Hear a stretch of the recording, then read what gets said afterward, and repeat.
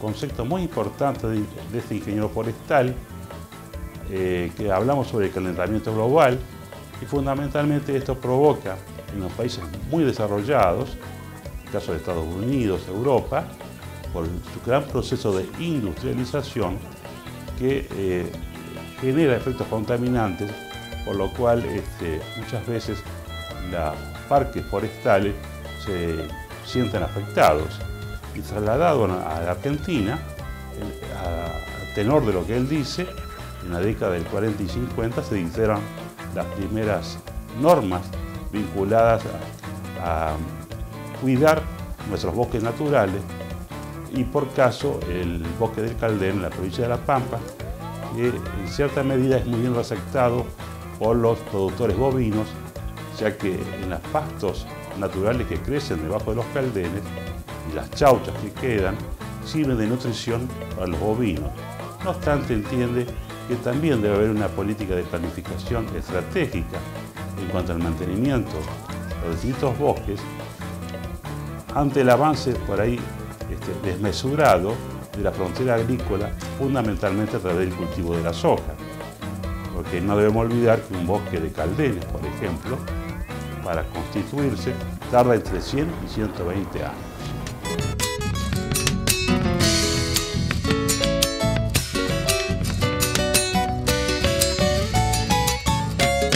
¿Cómo así que la gente ha adquirido conciencia de ello, Ramiro?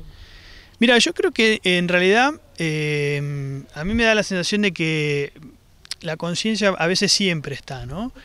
Obviamente por ahí las generaciones más jóvenes, tal vez por cuestiones culturales, entienden un poco más, tal vez educativas también, ¿no? Porque la escuela hoy hace más hincapié, ¿no? En todo lo que es las funciones ecológicas de los árboles o de las plantas y demás, y entienden el ambiente urbano y se explica el ambiente urbano como tal, y por ahí las generaciones más grandes, a pesar de que no es que no lo entienden, sino que no lo interpretan, lo tienen incorporado. Hay que por ahí despertarlo con algunas acciones, ¿no? ¿Qué es lo que ocurre? ¿No? Si yo mañana te digo, mira, anda al supermercado con tu bolsa, hace 40 años íbamos con la bolsita de plástico, con el carrito iban las abuelas, ¿no? O sea que no es algo nuevo, digamos eso.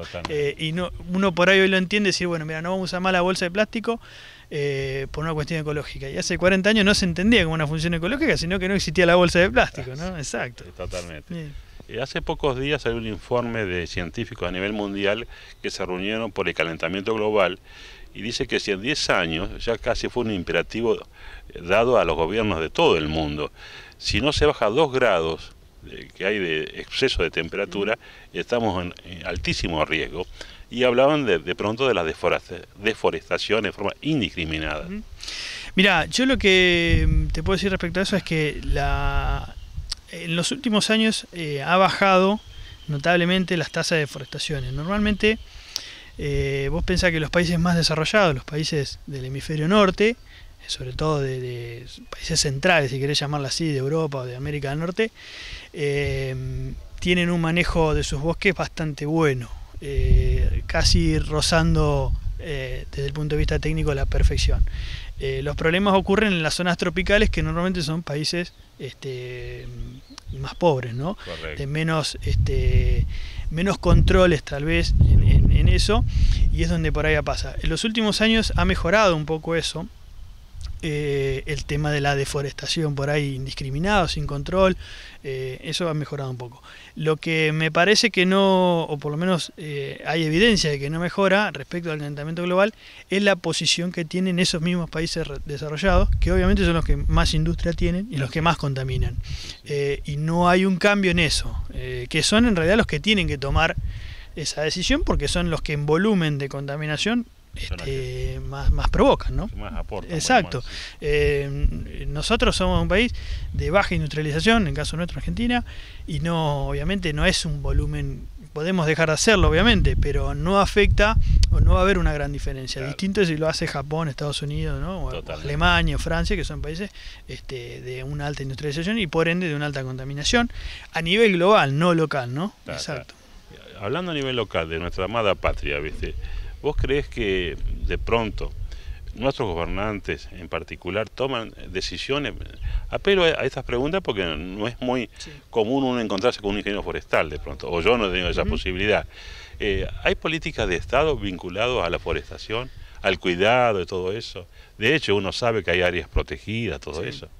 Mirá, en nuestro país en ese sentido ha sido bastante, por lo menos en la parte de Sudamérica, ha sido pionero, ¿no? Desde la década del 40, del 50, que existe legislación marco a nivel de los bosques y del manejo de los bosques. Y en nuestra provincia también.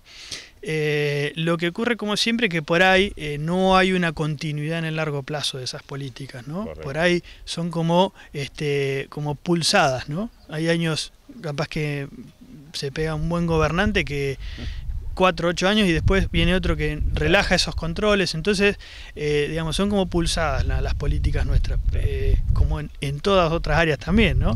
Pero yo creo que por ahí no es tanto la falta de la normativa, de la legislación o de los organismos, porque la verdad que hoy hay organismos fuertes a nivel tal vez provincial y nacional también, pero no hay por ahí una rigidez en esa línea de control o de largo plazo de definir una política de desarrollo y de avanzar en ese sentido, ¿no? Eso es lo que yo creo que pasa y que se ve manifestado, digamos, en que por ahí por ejemplo, nosotros no, bueno, sí, lo vemos en parte, pero en el norte se nota bastante ese avance de la frontera agrícola sobre el monte, en la zona de Chaco, de Formosa, que a veces es sin una base científica fuerte, ¿no? No hay una explicación para decir, bueno, mira, removemos toda esta hectárea de bosque para hacer soja, sin saber qué va a pasar de acá a 15 años, ¿no? Con eso.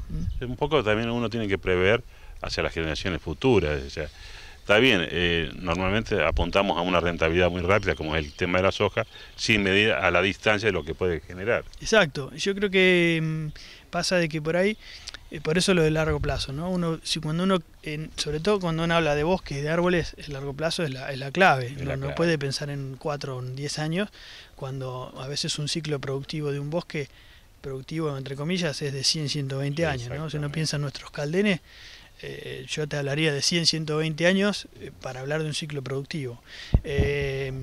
Y nos cuesta entender por ese cortoplacismo que tenemos ese periodo. Nos parece una locura y nos parece que tenemos que verlo nosotros, ¿no?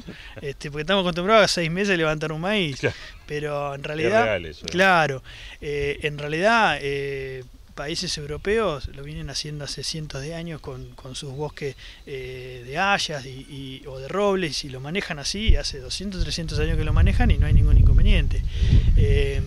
Pero bueno, es también parte de cómo educamos y cómo a veces le encontramos la vuelta productiva a una región sin copiar lo que se hace en otra, ¿no? Porque a veces compramos un modelito, un paquetito que funciona bárbaro en Pergamino y lo queremos aplicar en Rancul, ¿no? Y bueno, por ahí no es lo mismo, no son las mismas condiciones, el mismo suelo, ni lo que está arriba del suelo es lo mismo, y bueno, y a veces no funciona.